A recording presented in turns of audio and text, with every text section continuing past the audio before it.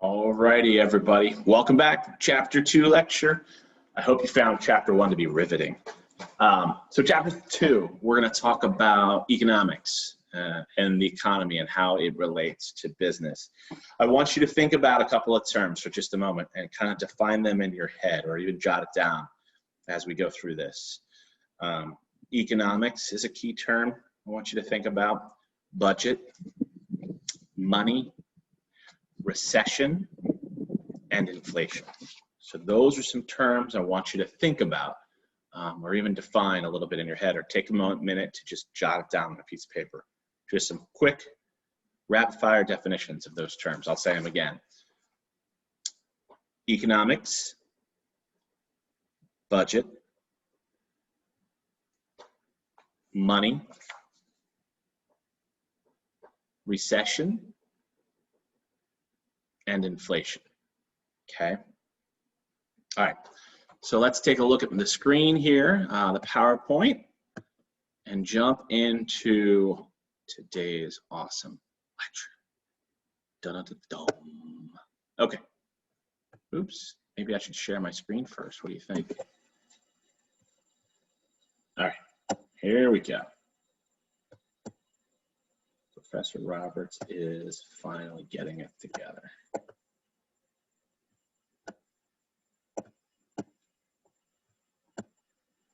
Okay.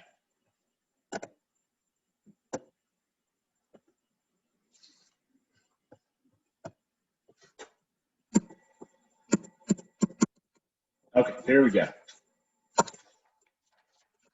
Let's take a look at what we're trying to accomplish with this chapter. One, we want to define economics and discuss the evolving global economic crisis. You know, it's funny, the 11th edition is the one I used last year. You guys have the 8th edition. They're the same. There's a couple of little updates here and there, but the 8th edition is a perfectly acceptable text, so don't stress out about that. But the 11th edition was the most recent edition, and they're going to have to update this book again because of the coronavirus. It's having a big impact on business. It's impacting everything that we do. I mean, think about it. In order for something as simple as the NBA to complete their season, they had to all quarantine together in one complex in Orlando, Florida for 2 or 3 weeks before they can resume games. And then they've had to stay there their whole time. And they're not even done the playoffs or crowned a champion yet. But the only way that business could continue was to do something as drastic as that. So it's had a profound impact on everything across the board. And so when we talk about economics, we have to talk about the crisis that we're in right now as well. We got to take a look at the impact of fiscal and monetary policy on the economy. Fiscal meaning financial, monetary meaning money. What are our various financial and money policies as it relates to the economy and to business? We're going to take a look at the free market system and supply and demand. We're going to take a look at evaluating planned market systems and describing the trend toward mixed market systems.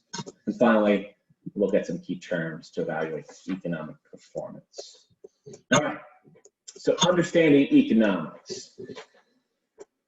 The economy is the financial and social system of how resources flow through society. In other words, how money moves about in our country, in the global, each country throughout the world. You know, we talk about the U.S. economy, we talk about the global economy. Essentially, when we're talking about economy, we're really talking about how money moves inside all of the different countries, all of the businesses that are out there, okay? Macroeconomics directly affects daily life, influencing things such as jobs available for people, the salary of an employee, that they'll take home, the taxes that are deducted, etc. Microeconomics will take a look at the individual consumer or the families and businesses, and they play, both macroeconomics and microeconomics plays an integral role in the global economic crisis right now. Now, originally when we talk about global economic crisis, we were talking about the one before the pandemic, which was the Great Recession, right? It began It began when the dot-com bubble burst back in 2000, and we had the double whammy right after that, the 9/11 attacks in New York and Washington, D.C., and then in a field in Pennsylvania. We then had looked at the stock market dropping, unemployment rate increasing, the economy was on the brink of the recession, and it lingered there for a number of years until finally the subprime mortgage loan scenario really grabbed hold of what was going on and was exposed. And then we saw a lot of things happen. We saw a lot of financial institutions completely go bankrupt. Countless people were laid off. We had a great number of layoffs in the course of, a matter of days and months. We saw rapid number of folks being laid off. It's exactly, actually, to put it on personal terms, it's exactly how my wife and I got into business. Specifically, my wife was working for a firm here in town in the healthcare industry. And as the economy began to shrink, if you will, as things began to tighten up, she was forced to begin laying off folks in her department. Each week for 3 weeks, she was called into her boss's office and given a list of people that had to be laid off by, Wednesday or Thursday of that week. I've never seen my wife as sad and dejected from going into work as she was in those 3 weeks. You would think the silver lining is in that the 4th week, she didn't have to lay off anyone. But the evil twist of the story is that her boss called her into his office and then laid her off in the 4th week.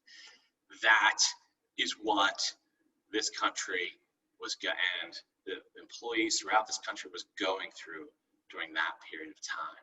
It was bad news.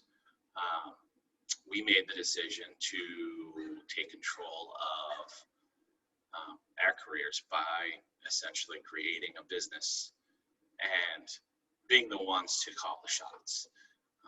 We did not want to be subject to, Wall Street creating some sort of weird financial formula and then crashing the market and causing a layoff. We didn't want to be subject to something like that again. And that was a position in which we had no control, whereas business owners, we have a lot more control.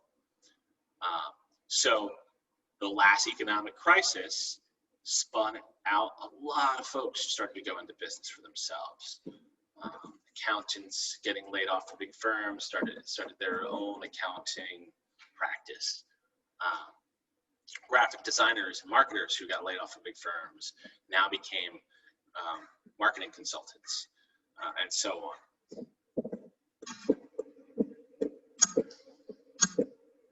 So as housing prices peaked in 2006, borrowers owed their lenders more than the value of their homes. So in an effort to avert recession by increasing the money supply and encouraging investment, the Federal Reserve decreased interest rates from 6.5% in mid-2000 to 1.25% by the end of 2002.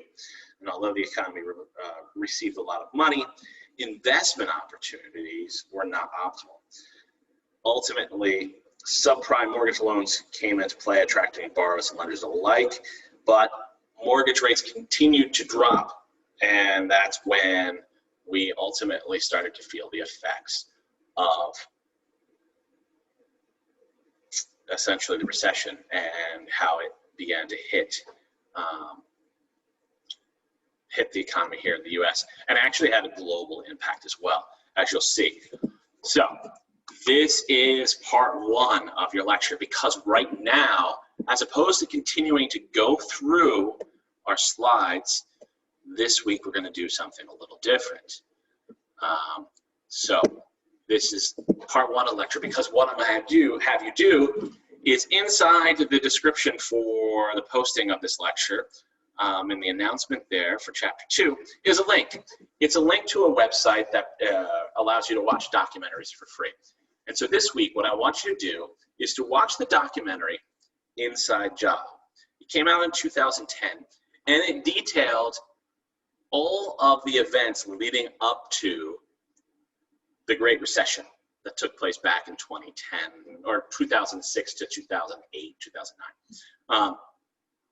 And so you might recognize the narrator's voice. The narrator is Matt Damon, the actor Matt Damon. This documentary went on to win the Oscar for Best Documentary that year.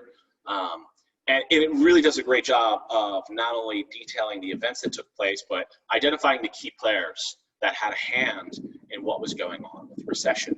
And when we talk about, and when you watch the movie, I want you to think about a few different things. So take out a pen and paper, because I want you to come up with the answer to the following questions. So question number one, and hint, you might see this on an exam sometime in the next few weeks. Hint, hint. Okay, I don't know how I can be any more obvious. Question number one, which fiscal policy or policies led to the recession? I'll say it again and I'll say it slower. Which fiscal policy or policies, plural, led to the recession? So that's question one. Question two, which government agency is responsible for oversight of big banks and investment firms? I'll say it again. Which government agency is responsible for oversight of big banks and investment firms?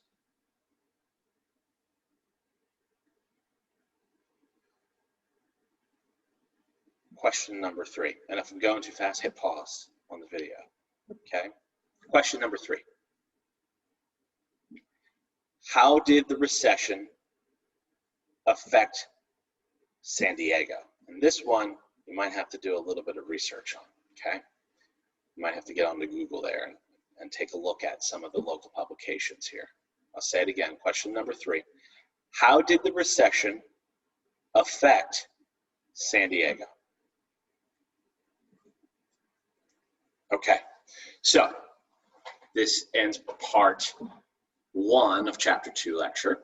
We're going to continue with the slides and on your honor after you've watched Inside Job, okay? So I'll see you for part 2 soon.